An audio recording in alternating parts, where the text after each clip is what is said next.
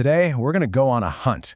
We're searching for a hidden message buried deep inside the Gospel of Matthew. And it's a message that pretty much flips our whole idea of power and importance completely upside down. Okay, let's jump in. Our investigation kicks off with a question from Jesus' disciples in Matthew chapter 18. Now, on the surface, it seems like a pretty simple question about rank, right? But what they ask actually unlocks this profound mystery about the very nature of God's kingdom. And let's be real for a second. This isn't just some ancient curiosity. This desire to know who's on top, who's the most important, who has all the status, that is a deeply human obsession. This question right here sets the stage for a radical answer that challenges everything they, and, us, think we know about greatness. To find the answer, we actually have to go all the way back to the very beginning of the book. Our first clue is hiding in a place that, honestly, most people are tempted to just skip right over. Yep, the genealogy of Jesus in Matthew chapter 1. I know, it looks like a dry, dusty list of names. But trust me, Matthew, who was a masterful writer, buried an absolute bombshell in this family tree. See, in that culture, family lines were traced exclusively through the men. That was the rule. But Matthew just deliberately shatters this convention by including women. And that break from tradition, that's our signal to lean in and pay very close attention. And just look at who he includes. We're not talking about queens or princesses here. No, he includes 4 women whose stories were marked by scandal, by foreign blood, and by being pushed to the social margins. You've got Tamar, who had to pose as a prostitute, Rahab, a Gentile prostitute, Ruth, a foreigner from a rival nation, and Bathsheba, who's identified only through her connection to an affair and a murder. These women were, in one way or another, outcasts. They were individuals who, by the standards of their day, would have been totally overlooked, shamed, or just completely written out of the official story. This is our first major clue. Matthew is practically shouting from the rooftops that God's plan isn't just for the insiders.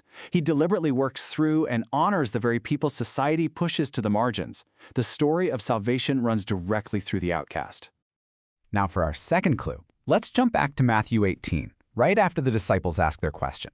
Jesus' answer isn't a list of qualifications for greatness, it's a terrifying warning for anyone in a position of leadership.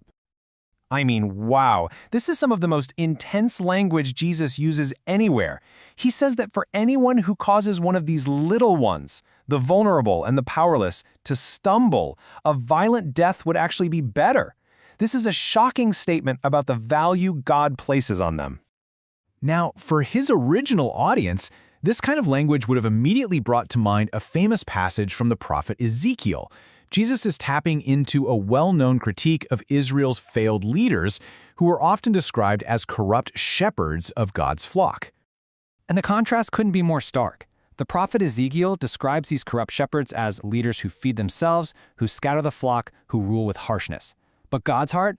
It's the exact opposite.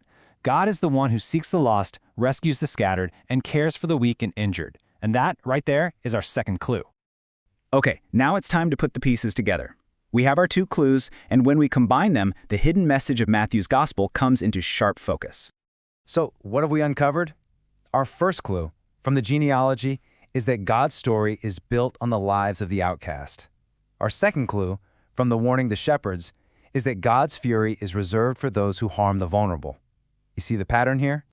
These 2 threads are woven together to reveal the foundational, counterintuitive operating system of the kingdom of heaven. It's a kingdom where everything we assume about power, status, and importance is flipped on its head. The way up is down. The first are last, and the last are first. So when the disciples ask, who is the greatest, Jesus points to a child, and in doing so introduces the supreme value of this kingdom, humility. It's not weakness, it's having a clear-eyed view of your own importance and relying completely on God. And this is the answer to their question. True greatness isn't about acquiring status or power for yourself. It's about becoming small. It's about using whatever strength you have to protect and care for the little ones, the outcasts and the vulnerable. This brings us to our final crucial point. If this is what the kingdom is all about, then what's the greatest danger to it? What is the real enemy?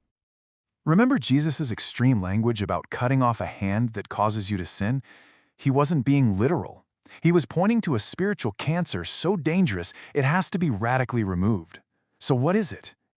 The greatest threat isn't persecution or politics or some external force. The true danger is something that grows from within. It's the very thing that animated the disciples' question in the first place. It's pride. That desire for greatness, for status, for being recognized as the most important.